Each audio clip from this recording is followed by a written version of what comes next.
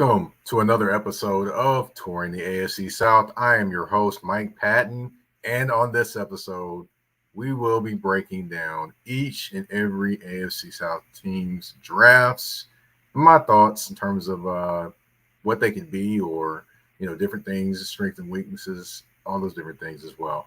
But before we get into that, we open up every show with the get off your chest moment, and that moment involves the draft as well. It's going to be talking about the Atlanta Falcons. So, of course, the Atlanta Falcons did take Michael Penix with their first round pick.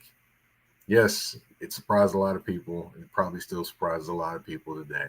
They just paid Kirk Cousins, but yet they signed Michael Penix. And in some instances, hey, I get it. You wanted to go with a quarterback that may be ready in a couple of years. Of course, he is like 23 or 24 years old already. That's something to consider. But looking at this Atlanta Falcons team in general, they were missing one key element you could have gotten in the draft in the first round: a pass rusher. Look at their defense, and can you name me an edge rusher on that defense? I'll give you a couple seconds if you want to think about it. Okay, there we go. So they didn't draft a pass rusher with that first pick, but instead they drafted their future quarterback, who's more than likely not going to help them win games this season or next season because Kirk Cousins is going to be there. Now, after 2 years, I believe they could move on from Kirk Cousins just based off the structure of the deal. However, in terms of helping them win right now, that deal does nothing for them. But, I will say maybe they were a little gun shy to do so in terms of getting a pass rusher in the first round. Let me kind of explain as to potentially why. If you remember this name, Jamal Anderson. No, not that Jamal Anderson. The Jamal Anderson that played for the Atlanta Falcons, drafted in the first round out of the University of Arkansas. Yeah, he didn't last too long. Wasn't exactly the guy they thought he was, and of course, he was out of the league pretty quickly. Another gentleman that they drafted in the first round, this time out of Clemson, Vic Beasley Jr. Now, he had one monster year, but other than that, pretty much nothing. And of course, Titans fans remember him because he came here at the same year that Jadeveon Clowney did, and both of them combined for as many sacks as I had that same season. That would be 0. So in terms of being gun shy to actually pick a pass rusher, I totally get it if that was the case at Atlanta. But drafting a quarterback when you just pay the quarterback, still, I get getting another quarterback, but nah, I don't know about with your first pick. But hey, it is what it is, and that's Atlanta having to deal with that. Some communication issue, I guess. I don't know, but we'll see what happens. And here's one of the thoughts that I kind of had. I don't think he'll be quite this old. It's from Corey Jackson. It said Penix will be baldy when he starts. Well, I wasn't going to say that. He'd be probably about 30, but, Bo Nix might be 30 by the time he reaches his third year. But, hey, that's another guy that's been around college football for a while. But anyway, I digress. Wanted to kind of start off the show with the Get Off Your Chest segment, talking about the Atlanta Falcons, because I'm pretty sure that drew the attention of a lot of people. And it surely drew the attention of me when I saw that he was the pick in the first round that early. Yeah, very, very shocking. Now, of course, what we came here for this episode is to break down the draft of each team. Now, here's what I'm going to do. I'm going to talk about every single pick that each team made. I'm going to talk about their strengths, and I'm going to talk about their weaknesses. Now, I did take the time to actually review film, to actually look at it over and over again, to kind of notice a few things. Maybe something you notice, maybe something you don't, maybe something you like, maybe something you don't. However, I'm going to give it to you from my vision, from what I've seen, from what I've watched. Now, it doesn't just include that person being open all the time. No, that is the simple way to watch film. The best way to watch film is to watch different techniques, hand placement, all those different things. And that's what I'm going to bring to you. Got it? Good. Okay, so we're going to start off. We're going to go from the bottom of the division all the way to the top, based off of last year's standings. The first team up will be the Tennessee Titans. Now, with the seventh overall about Joe Alt, or they were going to do this, that, and the other, or they could have got Malik Neighbors. Well, they ended up with J.C. Latham, offensive tackle out of the University of Alabama. He's 6'6", 342 pounds. He's a big, big man. Now, there was kind of some different reactions to him. Some that loved it, some that were kind of iffy on it. But I will say this. Bill Callahan wanted this guy. If you don't know, Bill Callahan is the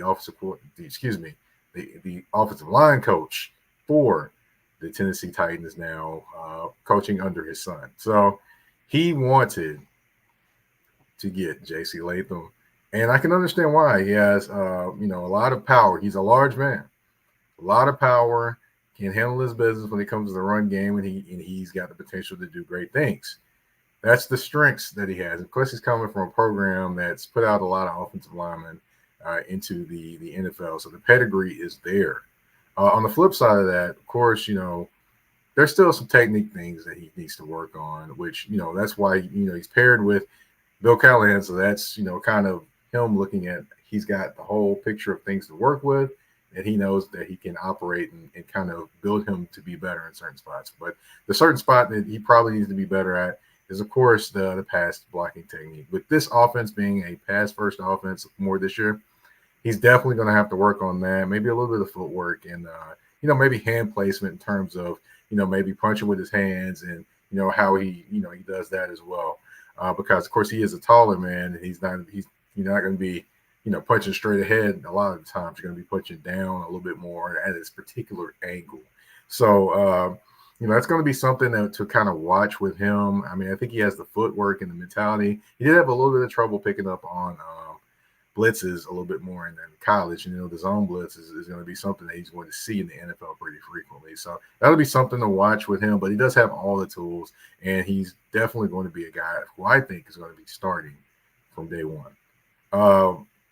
Another guy, of course, the second pick for the Tennessee Titans. Now, that one drew some interesting responses. It was the 38th overall pick, and they picked T'Vondre Sweat, defensive tackle out of the University of Texas, 6'4", 362 pounds. Now, some loved this pick, and the others talked about how he weighed so much and how he may be out of shape and he may be a two-down player and his DWI. Now, with the DWI, of course, if you haven't heard the explanation, somebody hit him.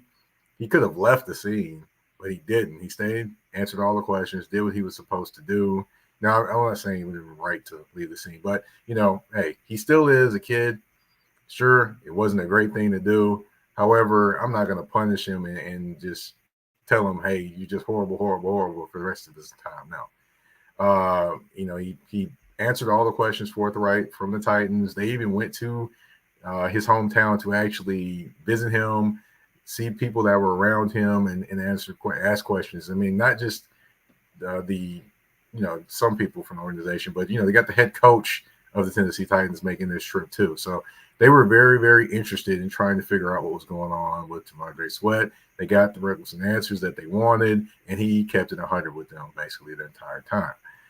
Now let's switch over to his play on the field. Now, he can be explosive. For a big man, he's very, very nimble on his feet. He can be. I saw him split a couple double teams watching a few bits of tape.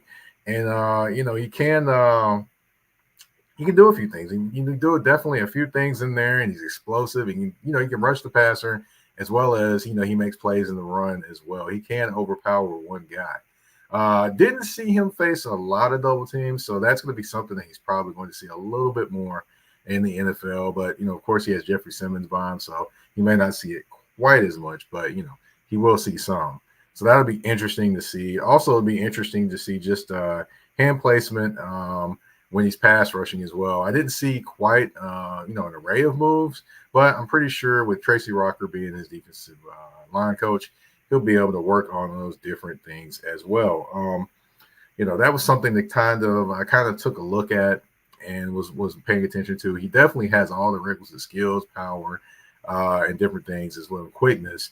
Just a matter of kind of refining those tools, things like that. But those are smaller things to work on. Effort, all those things you can't coach, and he definitely shows effort on the field. So for all those that were saying, "Oh, I don't know," he takes plays off and does those different things. You may want to watch that tape again because he actually does kind of sprint to the ball.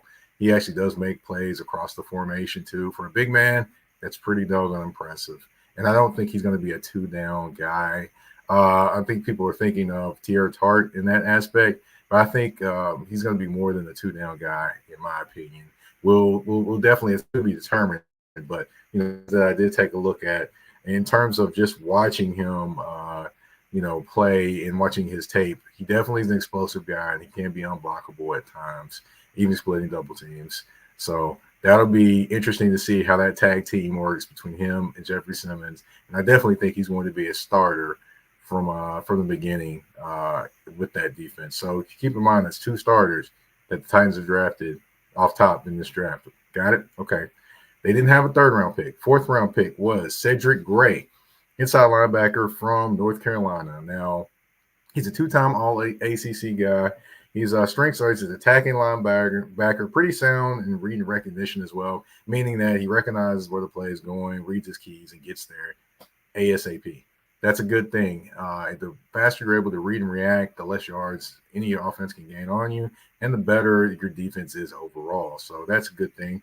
Plus, he reads his in terms of his blitzes. Yes, he blitzes pretty well as well. He reads the blocks, reads different things, and so maybe if the tackle's going out or if he needs to go up under, fold up under, or different things like that, he kind of sells it and then does those different things, or presses the tackle to the different shoulders that he needs to press that tackle to in order to kind of maintain blitzing integrity and also make the play. So he does those different things, plays with smarts, plays with definitely just that integrity and those different things. So if you're not aware, when you're blitzing somebody, you can't just blitz like a bat out of hell. You just can't do that. You have to also maintain, keeping them inside if you're blitzing from the outside. And if you're blitzing, up the middle or something like that, you definitely have to get skinny. You do also have to attack certain different places, whether it be where a placement or alignment is or an inside shoulder or things like that. So he does those things well and doesn't stray away from those different plans. Also, he's a leader of a defense, and he also wraps up pretty well as well. I would say he does play special teams also. That is a plus. So the one thing I didn't see, and I don't know how much he'll do this, is he didn't really play man-to-man defense very much at all. So that's just something to kind of think on. I don't know how much of a linebacker will play that unless, of course, you're one-on-one with a running back, or if they spread you out and you're in against a slot wide receiver. But it doesn't happen quite often, even though it is a passing league most of these days. It doesn't happen quite often. Of course, definitely a guy that could be a starter. I'm gonna go with Jarvis Brownlee Jr. next. He was the 5th-round draft pick, 146th overall. He is in a physical corner, reads his keys, and explodes out of his cuts. I mean, explodes out of his cuts. He's definitely a physical cornerback. He's going to come up and you're going to know he hit you, basically. He's a guy that basically he blitzes as well. So he does those different things. He's versatile. So he can line up inside and he can line up outside as well, which I saw a little bit of that on this tape. And he comes out, bursts out his cuts well, and he reads and reacts very well also. But the weaknesses I did have for him is he's got to tighten up the man coverage just a little bit more technique wise. If you're on the goal line, if you don't have help inside, you got to shade more towards the inside shoulder of the wide receiver. If it's you're man to man, you're on the outside, you got to shade a little bit more this way. Those different things, those little positioning things make a difference, whether in 1 or 2 yards, whether you're on the ball to make the play or you're not there to make that play at all. And going next, let's see. He's definitely got to just, he's a physical corner, but something a little too physical at times. Past that 5 yards, I kind of worry about him getting a lot of holding or the 5-yard penalties as well. That's something to watch, and that's something he definitely needs to work on in terms of playing the ball in the air and those different things. The next guy I got, 6th round, Jaquan Jackson from Tulsa. He's a wide receiver, 4.42 speed. Now, I didn't give you the measurements. I'm sorry for Jarvis Brownlee and Cedric Gray. Cedric Gray, 6'2", 235. Nice size linebacker, and also for Jarvis Brownlee Jr., 6 foot 190. So not bad at all. Jaquan Jackson, he's the 6th round pick out of Tulane, wide receiver, 4.42 speed, 5 foot 11, about or probably shorter than that. Honestly, they're probably listing him that way. But anyway, he's 185 pounds. Strengths, he's shifty. He has explosion. So he definitely can be a guy, in my opinion, and just watching him, can be a return guy. So that's something that the Titans need, is a return man. So definitely a guy that can do that. He explodes out of his cuts. You can use him in kind of like a little bit of a jack of all trades. I kind of noticed that in his film. One thing I didn't notice though is that he's not a big guy, but also I didn't notice he didn't run any choice routes. Like for a guy that's potentially a slot guy, you would think he would run a lot of choice routes. You didn't see a lot of those choice routes, meaning coming out of the slot, or coming out of the back. Safety's coming out of the backfield. You run a choice route based on the coverage of the linebacker, and in the slot, you run a lot of digs, or you run some digs or things like that. You didn't see him running a lot of those different routes. You saw him running basically slot routes and running over the top, which, I mean, it's cool at the college level, but at the pro level, you definitely got to be able to run across the middle. That's be something where you could use his speed as well. But I mean, we'll see what happens. Definitely got to expand that route tree as well with him. And of course, the last 2 picks in the 7th round, one of those is James Williams, a 6'5", 230-pound safety in college, but he's going to be playing linebacker in the NFL. Now, that's definitely an intriguing guy to look at from the University of Miami. He's been playing safety this whole time, but now he's going to be playing linebacker. Now, one thing he does have closing speed. Of course, playing safety, you're going to have some of that. And then he plays special teams, which is also a plus. Got to have a guy that does a lot of different things. And when he hits you, you definitely know he hits you. And, of course, he's a pretty sure tackler in the open field. So that's one thing that's definitely known about him, and you can definitely see about him. One thing I will say, weaknesses, I'm not saying that this is a weakness per se that he's shown, but he's shedding blocks. That's going to be something to watch if he can shed blocks, because he's going to be in a tighter space. So, he's not going to be able to kind of duck and dodge as much as you would as probably at a safety position. So that'll be interesting to see how he takes on blocks. One, because, if you're taking on blocks as a linebacker, you're going to take them on depending on where you are with the right shoulder or the left shoulder. The reason why you're taking them on those ways is because you want to kind of squeeze a running back in, or you want to funnel them to the outside, just depending upon what kind of defense, what kind of gap responsibilities that you have. Whether it's the A gap, which is between the center and the guard, or the B gap between the guard and the tackle, or that C gap right there that's right off tackle. So, yeah, depends on those different things. The way he would take on those blocks, he's got those things to learn in terms of flipping to be a linebacker instead of a safety. And last but certainly not least, we got the 7th round pick, 252nd overall pick. That'd be Jalen Harold, basically an edge player out of Michigan. Now, he's relentless. You definitely see him. If he's not in the play, he's going to end up being in the play, whether it's all the way across the field, whether it's a play where he's ran past the quarterback and coming back to make the play. He's going to be there. He doesn't quit on plays. He's where he's supposed to be, that's what a winning player does. He's where he's supposed to be at all time and knows his assignments. The one thing I would say about him, he doesn't make the spectacular play. Doesn't look to be kind of elite with anything he does per se, but he definitely does make plays, and he just definitely does work there. Of course, with any defensive lineman coming into the NFL, more often times than not, hand placement's going to also be a thing. Whether getting offensive tackle's hands off of you when you're blitzing around the corner, or if you're folding up under with doing stunts and things like that. That's going to be something to watch with him going forward. Overall with this draft for the Titans, I definitely think they did well. They've got 3 starters, I think, out of that, with Latham, with Devondre Sweat, with Cedric Gray. I mean, Brownlee is a slot guy. He's a backup guy. And, of course, if you watched Tennessee Titans last year, they were down some corners a lot last year. So corner depth is always going to be huge for them. Jackson could be potentially punt returner or a slot guy. We'll see what happens. So definitely can help them there. James Williams, that's an intriguing one. He kind of reminds me of Otis Reese last year. Otis Reese was a guy that was athletic and things like that, and you just wondered what was going to happen there. And he ended up making the team. And I would say that I believe James Williams is bigger, but he's more of a guy that played safety to play linebacker. So it's going to be interesting. I think he definitely has a chance to make the team, especially with playing special teams. And Jalen Harrell, we'll see what happens, but I don't expect him to potentially make the team, but you never know.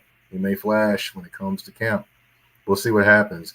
We're going to take our first commercial break. Just to give you a heads up, it's going to be a part 1 and a part 2 of doing all the breakdowns of the players. We're going to have, of course, the next one is going to be the Colts we're going to talk about. And then on the next episode, we will be having the Jaguars and the AFC South division leaders from last year, the Houston Texans. We're going to take a quick commercial break, and when we come back, we're going to talk Indianapolis Colts and their draft on Touring the AFC South with your host, Mike Patton.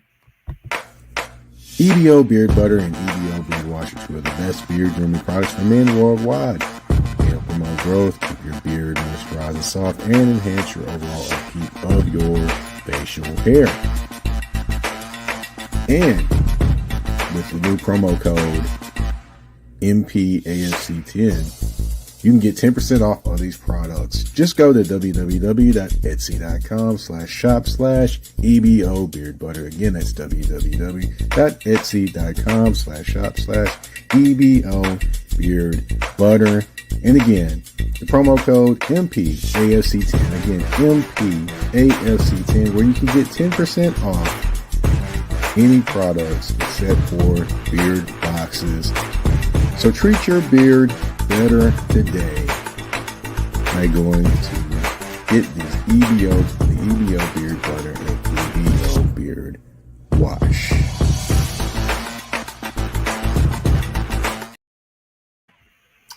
All right, and we are back on Touring the AFC South. Thank you to EBO Beard Butter for being a great sponsor for this show. Again, 10% off everything but the beard boxes with the promo code MPAFC10 EBO Beard Butter. Thank you, Big Ed, for being a sponsor of Touring the AFC South. Now back to the show. Of course, we had a few comments on the Titans draft. I believe they're talking about Mr. Williams there at safety, 6'5" and laying the wood. Yes, he is. All right, of course. The last comment, I liked our entire draft. Finally, a nice draft, in my opinion. That's from Latrice Reedy Nolan. Yes, definitely a lot of Titans fans were excited about their draft. But we can't stick there for the entire episode. We do have to talk about other teams in the division. And the next team in the division would be the Indianapolis Colts. Now, of course, they came down to the last game of the season. However, the Houston Texans were able to win that division and march on to the playoffs. Yes, definitely. But definitely they went to this draft. Of course, trying to, I guess, fill more holes that they had, and defensively they needed some things. Offensively they needed some things. So let's kind of start from pick number 1. The first pick, 15th overall, they went with Latu Latu, edge rusher out of UCLA. 6'5", 265 pounds. Now, a lot of people, let's get the first thing out of the way. A lot of people talked about his neck. Now, he did medically retire at one point from football when he was in, I believe, Washington. He came back and played at UCLA, but he's been cleared from that. He's been, poked and prodded and all those different things that medical people do in the NFL. He's okay. He's going to be on the field, and he's basically been cleared to play. So, that's the first thing I want to get out of the way about him. Now, with him, if you watch his tape, he's got power, he's got speed, and he diagnoses plays well. And he just he competes out there. He does. He plays hard every single play. Now, one thing I will take, there's a lot of positives to go in that. And going with the Colts, they need a guy off the edge to be that guy. They thought it was going to be Kwity Paye, and of course we went in year 4 or 5 with Kwity Paye, and they're still trying to figure out, is he the guy? So instead of doing that, they went and got Latu Latu. Now you've got another guy to try to figure out if he's the guy. And just based off his tape and based off different things, you think he might be. However, I do have a few things to kind of look at with him. Indianapolis runs a 4-3 defense. The reason why I bring that up is because when you watch the tape of Latu Latu, he's lining up without his hand in the dirt. Now, some may not think that's a big deal, but look at, there's 3-4 rush outside edge rushers are different than 4-3 handing your dirt defensive lineman. When you're doing that, you've got to, you're coming from a down stance, and you're doing from a down stance, and you're going pop it up, and boom, you're going from there. When you're in a stand up position, you're basically just kind of not a track stance per se, but a little bit more of a stance like that, and you're basically just going from there. So it'll be interesting to see kind of the transition. Is he going to put his hand in the dirt, or is he going to be standing up and trying to blitz that way or trying to rush the passer that way? It'll be interesting to see if he makes that transition to being more of a 4-3 defensive end, or if they kind of move him around or do different things there. That's just something to watch. Now, it may not be anything at all, but it actually may be something too, just to see. You don't know. And then also, he his hand play. I would say just in terms of that's hand placement. Hand placement would actually be something to watch too. Just that's going to come a lot with a lot of college players because a lot of college players don't have a variety of moves. A lot of them, do basically have to move up the field, and basically, you knock the hands down, things like that. But also, of course, you got the hump move from Reggie White from back in the day. Then you also have spin moves, things like that.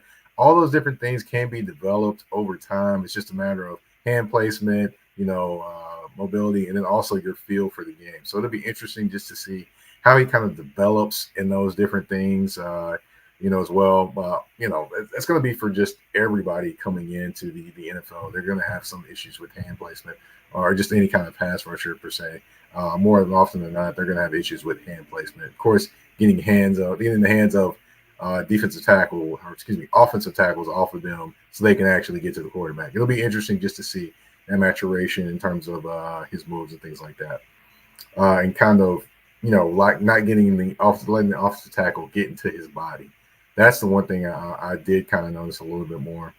The second round pick, 52nd overall, was Adonai Mitchell. Now, I apologize if I butchered his name, but I'm not going to butcher his playing style. That dude is smooth out there. He definitely is smooth. He's got leaping ability to track the football in the air, which is huge because, of course, not every football is going to be thrown perfectly. So he can actually turn around, adjust to the football, make those catches, which is huge for a wide receiver. Because, believe it or not, there's some wide receivers that don't have that ability. It's true. So he has great ability to track the football. He makes contested catches. That is something that I like a lot about Mr. Mitchell. He makes contested catches, which is huge, especially, with a quarterback that's still trying to learn and grow, and Anthony Richardson. It'll be something that he'll be able to help his quarterback, even though, maybe the quarterback makes a mistake. He'll be able to help his quarterback make that catch, or make that catch where the ball may not be exactly where it's supposed to be. So he's definitely going to be someone that will help Anthony Richardson. I think he's going to get on the field sooner rather than later, to be honest. By the way, Latu Latu, yeah, definitely going to be a starter. The weaknesses, just got technical work on him. What I mean by that is, of course, press. Coverage will be a little bit different in the NFL than it be in college. So basically, learning the handwork or the footwork if he wants to go the Devontae Adams way, which for those that don't know, Devontae Adams does not put hands on people when he comes off his releases. He just basically crosses you over like you're on a basketball court and gets off the releases. It's an incredible thing. If you haven't seen it, go watch Devontae Adams' tape. It's quite interesting. Stephon Diggs does a little bit of it too, but let me get back to the Colts real quick and Mr. Mitchell. But yeah, he needs to work a little bit more on those releases. Of course, when your routes kind of straightening them up and the kind of stem on the routes, he doesn't do those things quite bad, but of course he's going to have to tighten those things up, especially if he's going against man-to-man coverage. Say he beats a receiver defensive back to the outside, kind of has to stem it up. He's, stem him up, basically getting over the top of him is what that is, y'all. Basically get over the top of him, so that way he's got a two-way go, whether he's going right or left. That DB's at his mercy. So he's kind of work on those different things. But those are the tricks of the trade that he'll kind of develop as he's in the league. And, the quicker he learns that, the better he could be, which is pretty scary. But, those different things. And, there's a few of those different things that I would say that he probably needs to work on. I saw the catches. He had a few drops, but that's part of a few things that's going to happen. And not every receiver is going to catch every pass, but hey, he is what he is, and I definitely think he's going to factor into that wide receiver room for the Colts pretty immediately. As far as the third overall pick, the third round pick for the Colts, that would be the 79th overall pick. That's Matt I'm butchering his name. Congloves. I probably butchered his name. My apologies, Matt. I'll get to work on that. But he's 6'6", 327 pounds. He's more of a depth piece, to be honest. I don't think he's necessarily a guy that's going to come in and be like, boom, he's going to play. No. I think he's going to be a guy that can be a depth piece, maybe a swing tackle for them, and maybe eventually become a guy for them that starts. But I don't think he's going to be that guy that starts off top. No. He could play both tackles, like I said. Reads defenses from a tackle spot in terms of being able to kind of read the blitzes, kind of understand the twists and stunts and things like that, pass those off. Does that pretty well. He doesn't exactly move his feet great. So, that's probably the reason why he reads those things well, because he doesn't have the swiftest of feet. However, but he does make up for it by being intellectual on the field and kind of, times that up. So he could be a guy that makes those things up. So I can definitely give him, credit for being able to know what things he's not well at and working on the other things to kind of, take advantage of basically, so he's not taking advantage of out there on the field. Also, hand placement. Hand placement's going to be huge, just for offensive linemen also, because hand placement allows you to kind of control the defensive player when they're, for an offensive tackle. Say if a guy's coming inside and you got him on the outside of his shoulder pad, he's going to keep running by you to get to the quarterback. If you get it on this front shoulder blade or the side of the shoulder blade, you can knock him down or wash him down at that point. Same thing for the other way. So flip it. If they're running on the outside, rushing on the outside, you can basically kind of push him with your hand. Is basically his inside, the shoulder that's inside closest to you. You can take that shoulder and kind of keep pushing them up the field as well. But of course, defensive linemen are taught to get skinny anyway. So, we'll see what happens when that happens. But yeah, definitely is going to be interesting just to see his maturation in terms of everything from all the standpoints that I see. He's a pretty smart guy.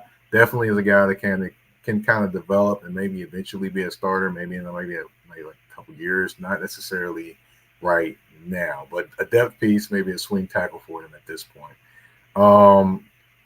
The fourth round pick, Tanner Bortolini.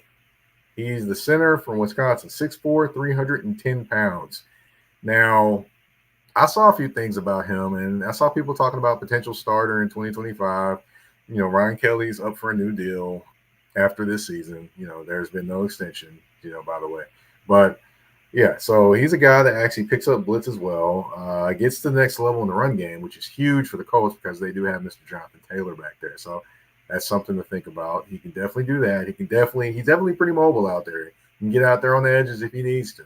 So that'll be interesting to see how that kind of develops. And, gives you kind of a guy that's an athletic, younger guy, potentially, if Ryan Kelly decides to move on or they just can't come to an agreement. So that'll be something to look at. Weaknesses, I would say hand placement, not as necessarily a power guy either. Now, let me explain where that comes into play. You don't want to be a guy that kind of gets overpowered in the middle, whether it be in the pass blocking or run blocking. Run blocking, more positioning, things like that than all. Pass blocking, that's more where you're going to be able to use that power and your influence a little more because you're going to have to stand up to guys that are, big guys. Like, for example, he'd be going against T'Vondre Sweat. That's a 360-pound man, and Jeff Simmons. He's 310 pounds. He's going to have to anchor himself and be able to hold his own in there. So that'll be interesting to see how that kind of works. Hand placement as well. Of course, when you're sliding along the line as well. And then also, of course, the development of just learning and kind of being able to spot the middle linebacker, he's going to learn those things. I mean, he's been doing that pretty much for his whole college career. So I think he'll be solid at that. But just a few different things that, not weaknesses, but just things maybe to work on if he wants to kind of maximize who he's going to be in the NFL. Fifth round pick, we have Anthony Gold, wide receiver from Oregon State. 5'8", 172 pounds. Probably not even 5'8", but hey, I enjoy watching him play. He can basically adjust to the ball in the air. He can do those different things at 5'8". Yeah, he gets it done. Adjust to the ball in the air. He attacks routes. I mean, when he catches the ball, he's out of there. He's out of there. So I definitely enjoy watching that. He definitely has a jetpack on, as they would say. He definitely understands routes as well. In terms of, seeing the dig routes he's running, he runs them at the proper depth. Kind of takes them up maybe just a little bit too more. Like with a dig route, you're not necessarily supposed to go up the field as much because if that's the case, you go up the field, the defensive back can undercut you and knock the pass down. If you go straight across the field, or if not, maybe vary a little bit just because your momentum, the defensive back has to go through you to knock the ball down, which more times than not is going to be a pass defense. So that's what I would say is a thing to watch with him. He definitely has route discipline. He definitely could be a guy that can do special teams, and he's tough too. He's tough. He's a little guy, but he's tough. He is tough. I just want to see him kind of, for him going forward. I just want to see him kind of grow in the slot a little bit more. I'm not sure if he can, do all those different things. I want to see, definitely him on special teams and things like that. He's definitely going to have to contribute there. So that'll be interesting just to see more of those different things. He definitely has the ability. So it's just, you didn't see him work a ton out of the slot when watching film. Maybe I missed some of that, but hey, I just didn't see him working a ton out of the slot there. The fifth round pick, number 151, Jaden Charles, safety, Missouri. Now we'll say he's going to play linebacker too. So we have two guys from the ACC one, with Mr. Williams from Miami, and then from the SEC in Missouri that are going to be switching to linebacker. Now this will be fun to watch him play. Strength, he has coverage skills, and he ought to be useful at linebacker doing that because Ronnie Harrison was actually that guy for the Colts last year a little bit more towards the end of the year, and he's a guy that played safety and switched to linebacker. Now of course he's in the league a few more years more than Jalen Charles was, but he's of course played that position. So maybe he can maybe be a guy that can actually step into that role for them and help in the passing game and those skills, bring those skills. Like with Williams from the Titans, taking on blocks. That's going to be interesting for him to, of course, learning how to do it as a linebacker as opposed to as a safety. Two totally different things, folks. Two totally different things.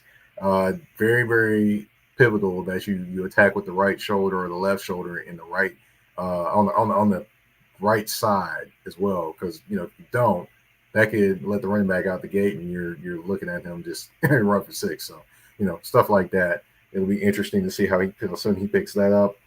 Also, man-to-man coverage. I didn't see it much of that in college, so he may get a little bit of that in the NFL. And also, kind of the tightness of the formation, kind of quicker decisions. I want to see how he is with making decisions quick. I want to see that with Williams too for the Titans, but just quicker decisions he's going to have to make before he's able to go make the play. So the read and react, I'm definitely interested to see how that works in a different position for him, and also with Mr. Williams from the who got drafted by the Titans from the Miami Hurricanes. The sixth overall pick, 201st overall, we got cornerback Micah Abraham from Marshall. Now the strengths, you can tell he studies film. I mean, if you watch how he breaks on the ball in different ways, he's kind of sitting on routes, things like that. You can definitely tell he's a student of the game, which people say all the time, oh, he's just doing this, he's just showing up. No. That comes from studying film. If you know what particular things to look for, that's how people make some of those plays, and they're just standing there and they're not moving, or they're kind of baiting somebody and to make a play. That comes from watching film or just understanding your opponent very, very well in terms of multiple times playing against them. So that's a very good thing to have out of a corner. He definitely definitely has ball skills. He definitely goes to attacks the ball in the air and makes different things happen there. You definitely saw it when you watch his tape. He just good technique. He definitely got some, he's got good technique, definitely. I definitely like his technique. Definitely explodes out of his cuts. You can definitely tell he's definitely been working on that cone drill, which for those that don't know the cone drill, you're a defensive back, yeah. You definitely, you do cone drills to kind of work on your angles, things like that. You can definitely tell he's been doing those, working on the 45-degree angles and all those, the baseball rolls, all those different things. He's been doing those. And you can definitely tell just in his abilities. Just, you want to make sure that the only thing I would say is just keep refining his technique more. He's a solid corner. You just got to make sure also to wrap up. And I know in the NFL, a lot of people don't wrap up. However, it's very imperative when you're a 5'11", 185-pound corner that you wrap up. You're not going to meet too many people that you throw a shoulder at and they're going to fall down in the NFL. That just is what it is. But, and then, of course, going to the next pick, 7th pick, 234th pick overall, Jonah Lelu, defensive tackle, Oklahoma. Now, the strengths I have for him is a powerful base, and he has some explosion to kind of get to, get to do the stunts and things like that, which is nice. The thing with him, hand placement, probably needs to work on setting his base and kind of different things like that. By setting his base, meaning like not get pushed around in there. I understand. You're trying to find the football, things like that, but you got to hold your base. That's a tackle. You got to be able to, do your thing in there and be able to be counted on to kind of disrupt some things. That's one thing I kind of look at with him, and I'm like, I don't know if he's got that or not, but hey, we shall see what happens. Well, we've reached the end of part 1. Now, I will say with the Titans, you definitely have, a lot of different starters there. I definitely, I don't give draft grades. I don't do those different things. I just basically give you my thoughts on their draft. I think the Titans had a very, very excellent draft. I think the Colts had a solid draft. They get a starter in Letu. They get a potential or eventual starter in Mitchell from Texas, wide receiver. Oh, yeah. He definitely is going to be a starter eventually. Bordellini could potentially be in 2025. So that's 3 guys, and maybe in the next couple of years, they could probably be starters for you. Now, Anthony Gold, maybe a special teams guy. Charles, that's an interesting one, just like Williams from the Titans. It's going to be how he develops as a linebacker. Abraham's going to be interesting just in terms of his study habits. I definitely see that he has great study habits in terms of how he picks up things. And I'll see how that transfers over to the NFL. And also Jonah Lelu, just going to see what happens there with him. I will say I do like the Titans draft over the Colts draft because for one simple reason.